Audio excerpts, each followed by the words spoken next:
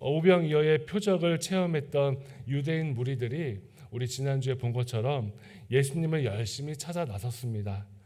그 유대인들의 그 행동에는 오병이어 기적을 보고 그 먹는 문제를 해결할 수 있고, 이것으로 예수님이 임금 삼아서 우리가 잘 살 수 있다라고 하는 그런 생각이 있었습니다. 이 유대인들은 먹는 문제를 해결하려는 노력으로 예수님을 찾아왔죠. 하지만 노력보다 목적이 훨씬 더 중요합니다. 예수님은 많은 사람들의 배고픔을 외면하지 않으셨습니다. 하지만 그보다 그들이 영생의 은혜를 누리고 또 찾고 또 경험하기를 원하셨습니다. 그렇게 예수님을 찾아온 유대인들에게 예수님은 썩을 양식을 구하지 말고 영생하도록 있는 양식을 위해서 일하라라고 꾸짖으셨습니다. 그리고 그 말씀을 들은 유대인들이 예수님, 우리가 어떻게 해야 하나님의 일을 하겠습니까? 질문합니다. 그리고 그 질문에 예수님께서 하나님께서 보내신 일을 믿는 것이 하나님의 일이다라고 그렇게 말씀하셨죠. 우리 요한복음 6장의 말씀, 지난 한 주간 6장의 말씀 우리 지난주에 이어서 말씀을 이제 준비하는데, 6장의 말씀을 우리가 읽고 묵상하면 참으로 은혜롭습니다. 그런데 그만큼 심오하고 깊은 말씀이었어요. 그래서 말씀을 준비하면서도 설교 원고를 쓰고 지우고를 지난주에 한 4번 정도 한 것 같아요.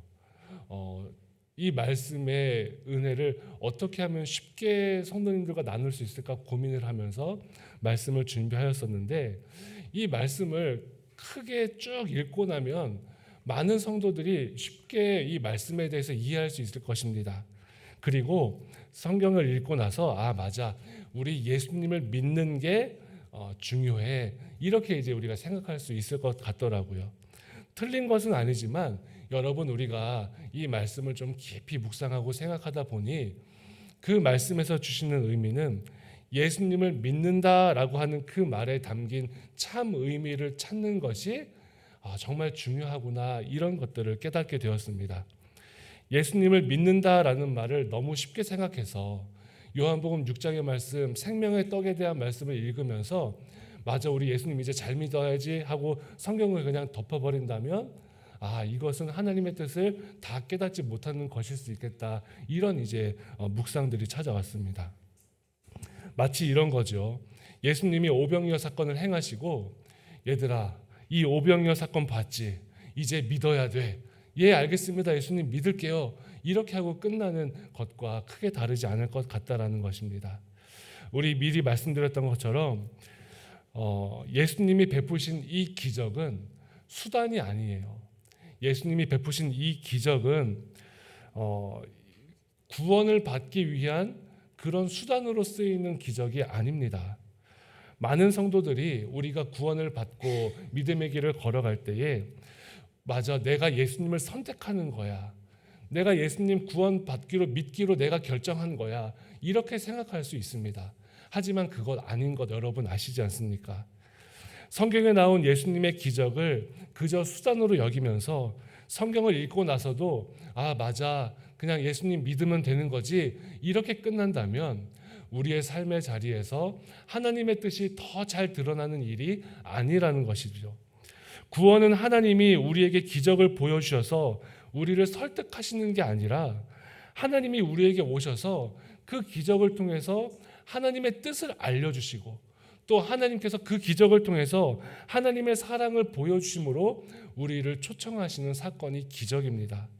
구원을 위해서 하나님이 우리를 부르시는 그 도구로 쓰이는 것이 기적인데, 마치 기적이 목적인 것처럼 기적 보고 믿는다, 기적 보고 나 예수님 믿어야지, 이렇게 한다는 것은 앞뒤가 조금 바뀐 내용이라는 것입니다.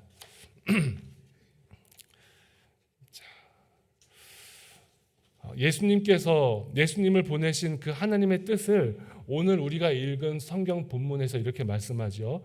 우리가 읽은 성경 본문 39절과 40절 다시 한번 읽어보겠습니다. 시작. 내게 주신 자 중에 내가 하나도 잃어버리지 아니하고 마지막 날에 다시 살리는 이것이니라. 내 아버지의 뜻은 아들을 보고 믿는 자마다 영생을 얻는 이것이니 마지막 날에 내가 이를 다시 살리리라. 아멘. 하나님의 뜻은 예수님을 만난 모든 사람들 한 사람도 잃어버리지 않고 영생의 은혜를 주시는 것이다라고 그렇게 말씀하셨습니다. 여러분, 우리 예수님을 만난 수많은 사람들, 우리 요한복음을 지금까지 나누면서 만나지 않았습니까? 그곳에는 지금까지 보았던 요한복음에는 예수님을 만났던 사람들이 참 많이 있었습니다. 여러분, 1장에는 어떤 사람들 나왔는지 기억하세요? 예수님께서 세례 요한을 만나고 세례를 받으셨습니다. 그리고 세례 요한의 제자들도 만났고요. 예수님이 제자들을 부르시는 장면들이 이제 요한복음 1장에 기록되었습니다. 또 2장에서는 얼마나 많은 사람들이 만나는지 모릅니다. 2장이 아마 예수님이 만난 사람들 중에 제일 많지 않을까요? 결혼식이 있었어요. 가나의 혼인잔치가 있었습니다. 그런가 하면 3장에서는 니고데모를 만나셨습니다. 4장에서는 사마리아 여인을 만나셨습니다. 또 5장에서는 38년 된 병자를 만나셨습니다. 베데스다 연못가에 있는 병자를 만나셨죠. 또 6장에서는 오병이어 사건을 통해서 수많은 사람들을 만나셨습니다. 여러분, 성경은 이 많은 사건들을 통해서 우리에게 무엇을 말하고 있습니까? 1장에는 하나님을 잘 알지 못하는 이 어둠의 세상에 예수님이 오셔서 빛을 밝히시고 또 아름답게 열매 맺도록 준비하는 장면인데, 세례 요한과 제자들을 만나서 예수님의 사역을 준비하셨어요. 또 2장 가나안 혼인잔치를 생각해 봅시다. 혼인잔치는 기쁨의 자리입니다. 그런데 도중에 포도주가 떨어지고 말았습니다. 가장 기뻐야 할 그때에 기뻐할 수 없는 문제가 생겨버린 거예요. 그런데 그 문제를 예수님께서 해결해 주셨습니다. 우리 삶의 문제 앞에 해결책이 우리에게서 나오는 것이 아니라 바로 우리 주님으로부터 나왔습니다. 우리가 생각한 방법으로 해결해 주시지도 않았습니다. 예수님의 방법으로 직접 물을 포도주로 변화시키시는 사역을 통해서 우리에게 기쁨을 주셨습니다. 또 3장에는 니고데모가 예수님을 찾아왔지요. 3장에서의 이야기는 무엇이지요?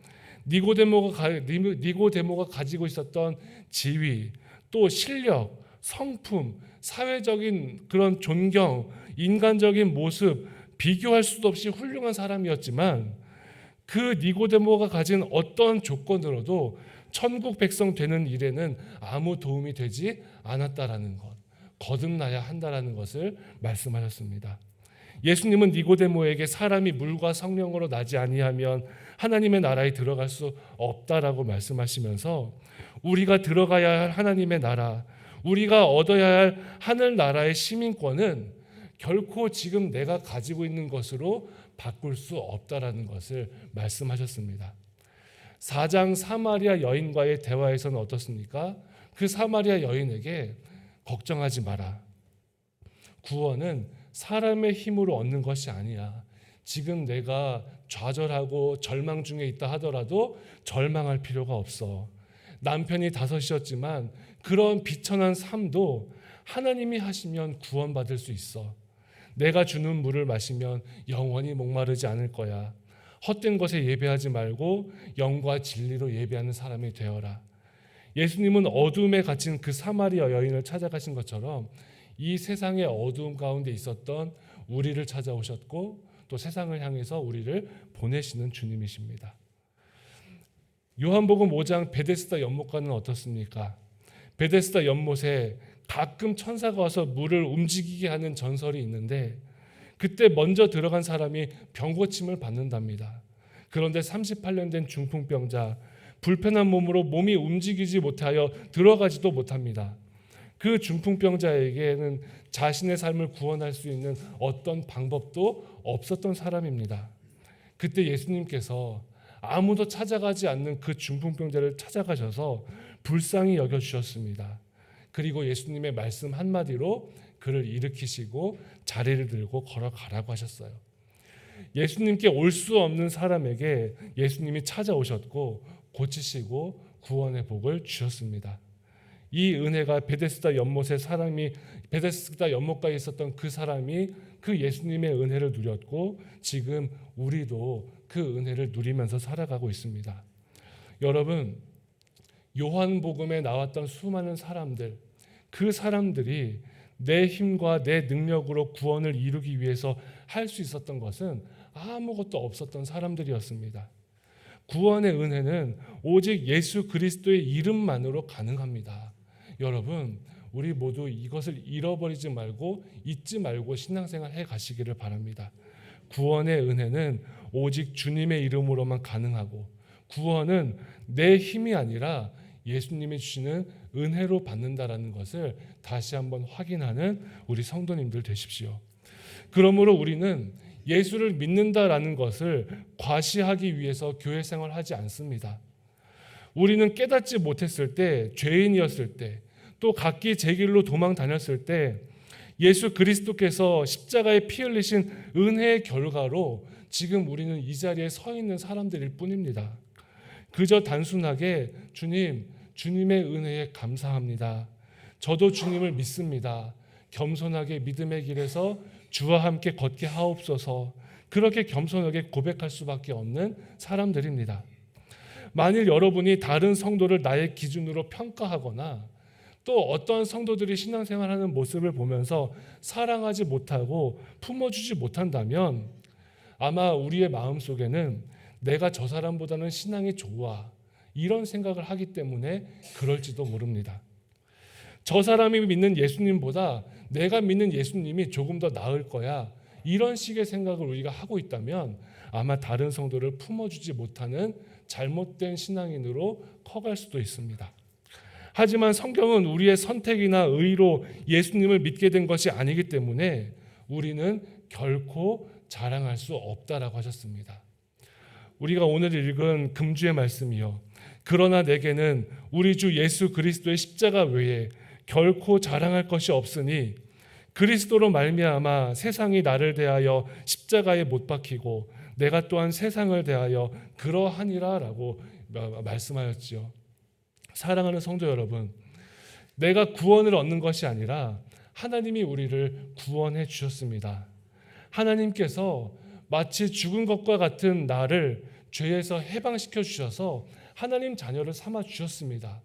이러한 믿음 생활 가운데 우리가 어떠한 의가 있길래 다른 성도를 품지 못하고 어떠한 의가 있길래 다른 사람들을 사랑하지 못하고 살아갑니까? 여러분, 우리는 이렇게 기도할 수 있기를 바랍니다. 하나님, 나는 죄에서 종노릇하는 삶이었습니다. 하나님이 내 손 잡아주셔서 나를 안아주셔서 이제 하나님의 거룩함 가운데 동참하게 되었습니다. 하나님, 이제 제가 무엇을 위해서 살아야 하겠습니까? 하나님께 우리가 어떻게 살아가야 할지를 묻고 기도하는 우리 성도님들 되시기를 바랍니다. 구원이 하나님이 하신 은혜임을 알게 되면 이제는 우리가 구원에 합당한 삶을 살아가야 함은 지극히 당연합니다. 그래야 구원받은 것으로 끝이 아니라 이 구원을 통해서 하나님께 영광 돌리며 하나님의 거룩한 나라를 세워갈 수 있기 때문입니다. 여러분, 이번 10월 달에 새벽 기도의 본문이요, 로마서더라고요. 지난 9월 중순부터 로마서를 우리가 보고 있는데 10월 달까지는 로마서를 함께 나눕니다. 지난주 로마서 12장의 본문으로 우리가 새벽 기도회를 했었는데 로마서 12장은 구원받은 성도들이 어떠한 삶의 예배를 드려야 하는지를 말씀합니다. 우리 성경을 한번 찾아보겠습니다. 로마서 12장 우리 1절에서 2절의 말씀을 함께 읽어볼게요. 암송하시는 분들도 계실 것입니다. 우리 로마서 12장입니다.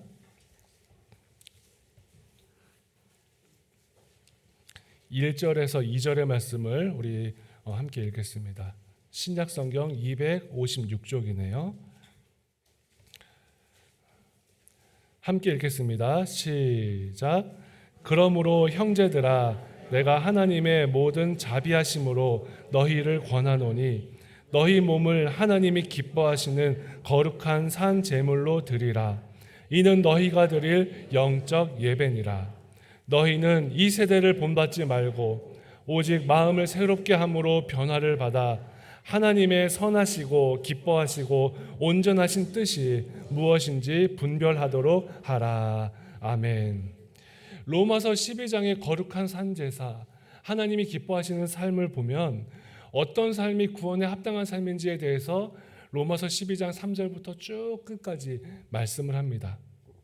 로마서 12장의 내용들을 쭉 지난 한 주간 나누면서 그 안에 담겨 있는 메시지를 정리해 보니까요.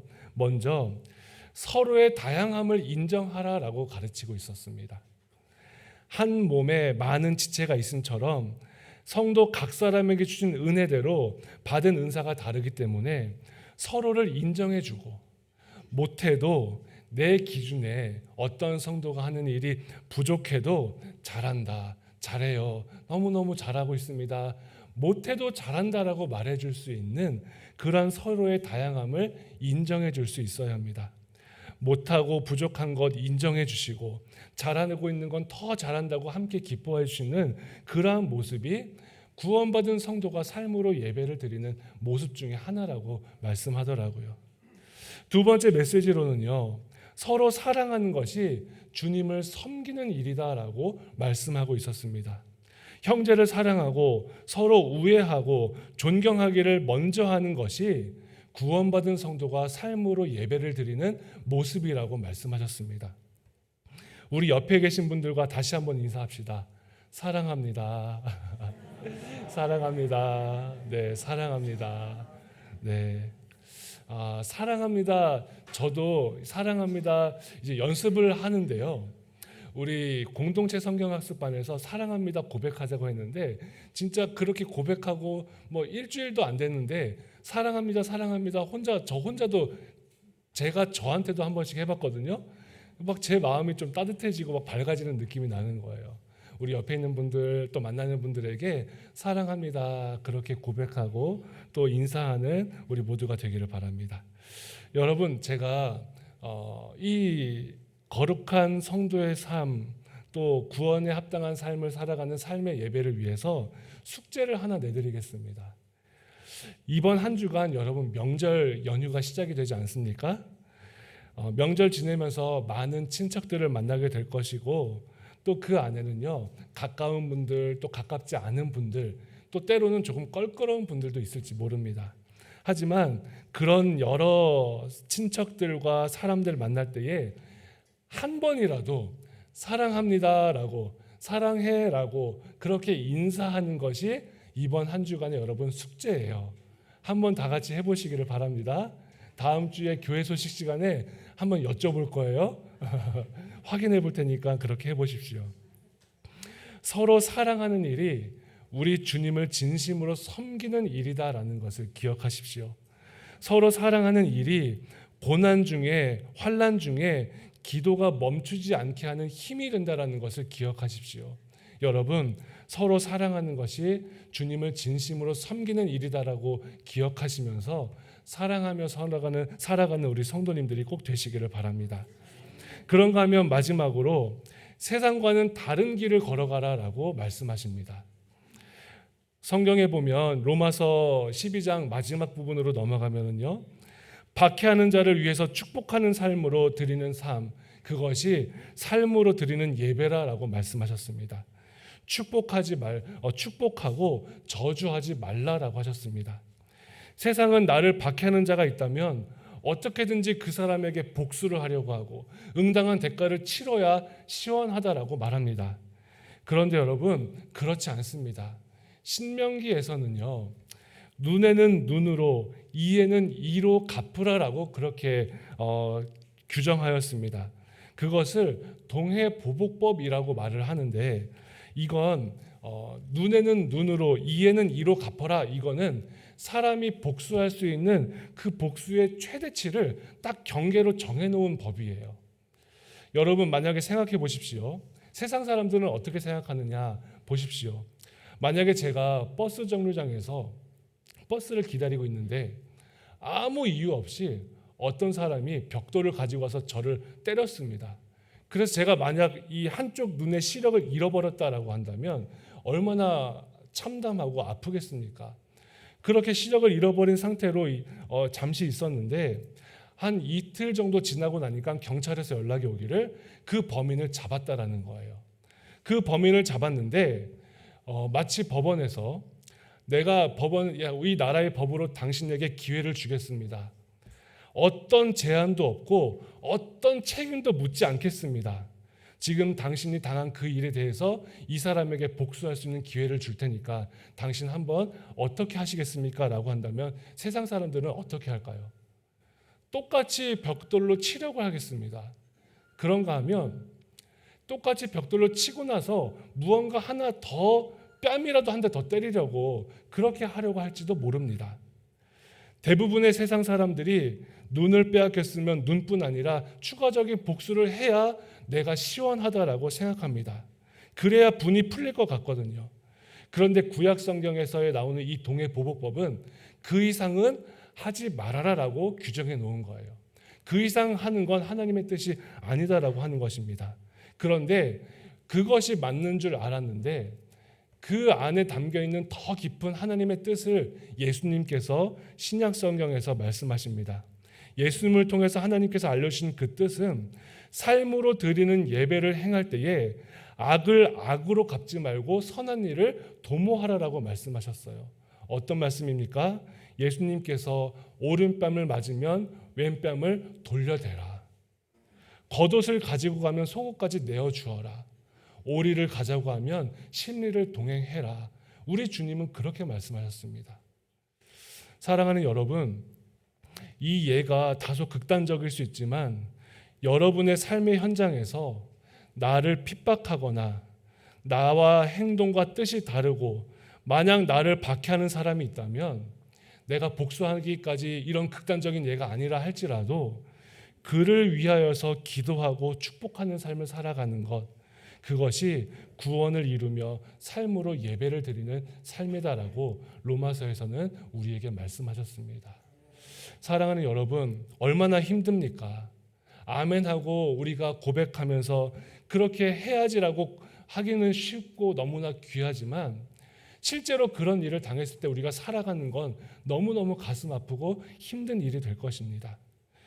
로마서에는요, 원수가 줄이면 그에게 먹을 것을 주라고 해요. 또 원수가 목마르면 그를 위해서 마시게 하라라고 합니다.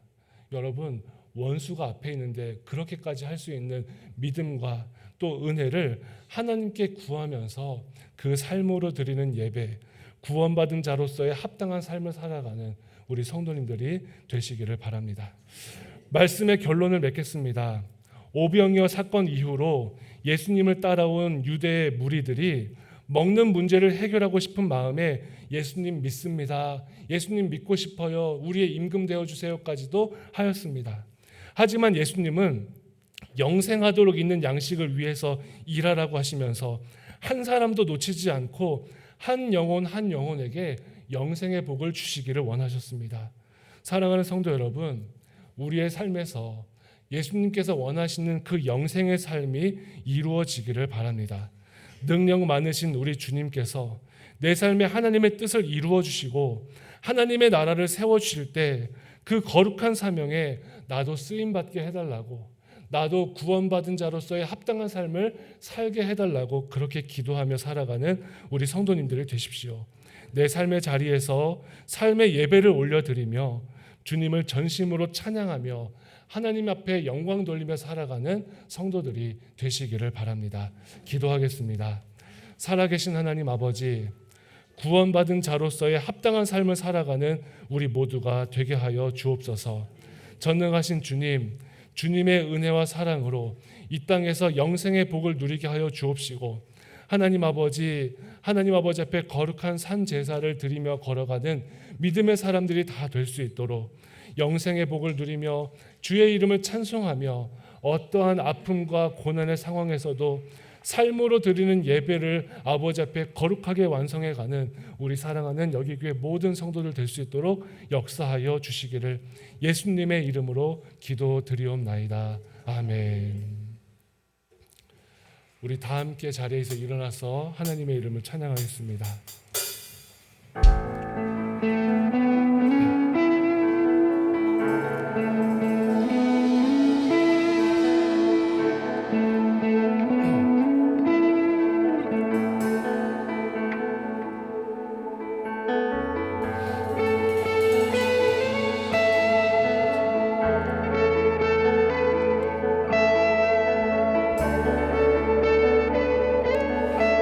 믿음으로 고백하며 찬양합시다. 우리 주는 위대하며 우리 주는 위대하며 능력이 많으시도다. 그의 지혜 무궁하며 인자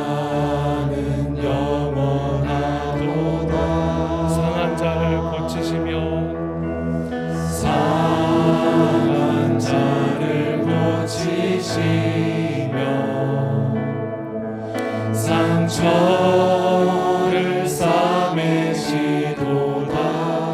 별들의 수를 세시며 별들의 수를 세시며 이름을 붙이셨도다. 그가 구름으로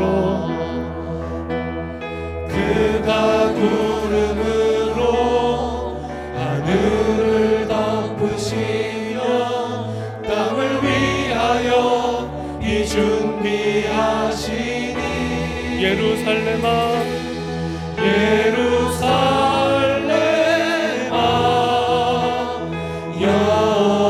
여호와를 찬송할지어다. 내 하나님을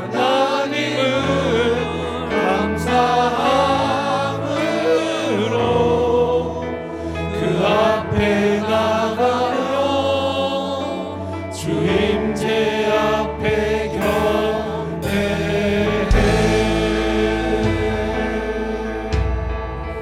다 같이 찬송합시다. 우리 주는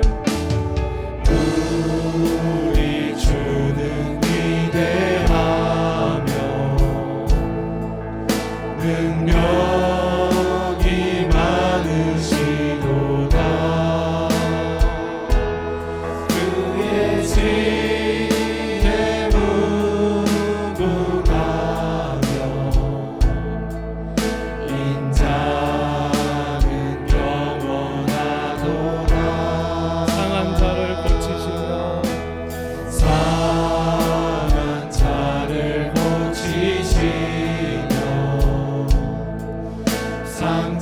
상처를 싸매시도다. 별들의 수를 세시며 이름을 붙이셨도다. 그가 구름으로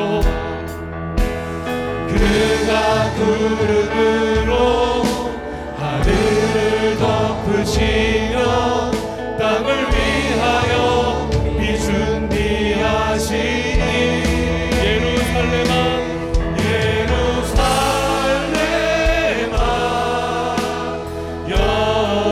여호와를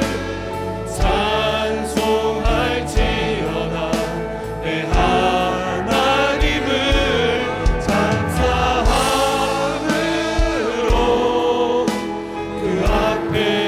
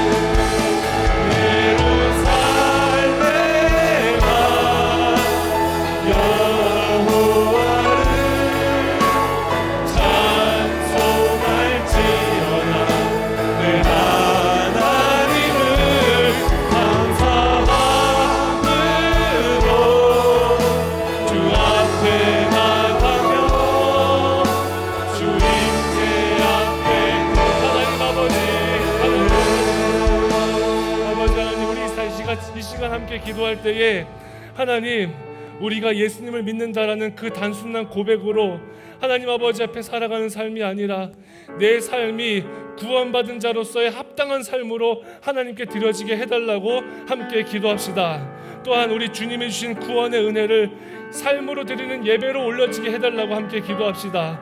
구원의 복을 누리면서도 하나님의 뜻이 아닌 나의 만족과 나의 생각대로 신앙생활을 해나가지 아니하도록 내 삶의 구원의 은혜가 아름답게 드러나고 열매 맺는 삶을 살게 해달라고 이 시간 다 같이 우리 주여 한번 부르시고 통성으로 기도합시다. 주여!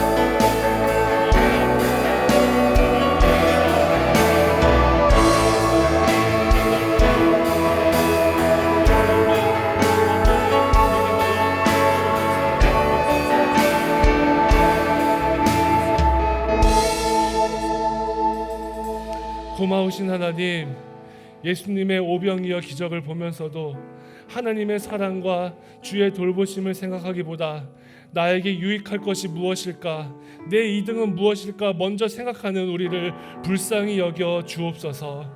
예수님을 믿는다라는 그 고백이 우리의 입술로만 드리는 고백이 아니라 우리의 삶으로 드리는 고백이 되게 하여 주셔서 하나님의 뜻을 이루어가는 성도의 삶을 살아갈 수 있게 주여 도와 주옵소서. 예수님을 믿는 나의 믿음이 인간적인 모습으로 자랑하는 삶 살지 않게 하여 주시고, 나에게 주신 그 구원의 복이 오직 하나님의 은혜임을, 오직 하나님의 사랑임을 다시 한번 확인케 하여 주셔서 오직 주님만을 자랑하며 살아가는 우리의 삶이 될 수 있도록 역사하여 주옵소서. 예수님께서 주신 구원의 은혜를 기뻐하며 감사하며 살아가는 삶이 되기를 원합니다. 서로의 다양함을 인정하고 부족하고 또 부족해도 서로 높여주고 인정하고 잘한다고 칭찬하는 믿음의 길을 걷게 하여 주옵소서. 나보다 하나님 아버지 다른 사람들을 칭찬하는 삶이 하나님이 기뻐하시는 예배의 삶인 것을 깨닫습니다. 하나님, 연약한 성도에게 잘하고 칭찬하는 그 삶이 하나님 아버지 예배하는 삶임을 깨닫습니다. 오랜만에 만나는 일가 친척들을 칭찬하는 삶이 하나님 아버지 앞에 예배하는 삶임을 깨닫습니다. 주님, 은혜를 베풀어 주시고 하나님 아버지 부족하여도 서로 높여주고 인정하는 믿음의 길을 걷게 하여 주옵소서. 성도들이 서로 사랑하는 일이 주님을 섬기는 일이라고 말씀하셨사오니 하나님 아버지, 나와 다른 성도, 나와 생각이 다르고 성격이 다르고 또 나와 배경이 다르고 말투가 다르고 나와 세상을 보는 이해가 다른 모든 성도들을 사랑할 수 있는 마음도 주옵소서. 서로 사랑하는 것이 주님을 섬기는 일임을 깨닫게 하여 주셔서 이 거룩하고 아름다운 일에 헌신하는 우리 사랑하는 우리 여기 교회 모든 성도들 될 수 있도록 역사하여 주옵소서. 나를 박해하는 자가 있다면 그를 축복하는 그 믿음의 열매를 맺게 하여 주시기를 원합니다. 나를 박해하는 그 원수라도 그가 줄이면 먹을 것을 주고 그가 목마르면 마실 것을 주는 것이 거룩한 성도의 삶이라 하셨사오니 하나님 아버지, 참으로 힘들고 결단하기 어렵지만 그 믿음의 길을 담대히 걷는 사랑하는 여기 교회 모든 성도들 될 수 있도록 역사하여 주옵소서. 믿는다라고 고백하는 것이 참으로 쉽지만 그 믿음의 사람으로 살아가는 길이 왜 이리 힘든지 모릅니다. 하나님, 성령 하나님의 충만한 은혜를 여기 교회 모든 성도들의 삶에 가득히 채워주셔서 하나님의 뜻이 온전히 이루어질 수 있도록 역사하여 주시기를 우리를 구원하신 예수님의 이름으로 기도드리옵나이다. 아멘.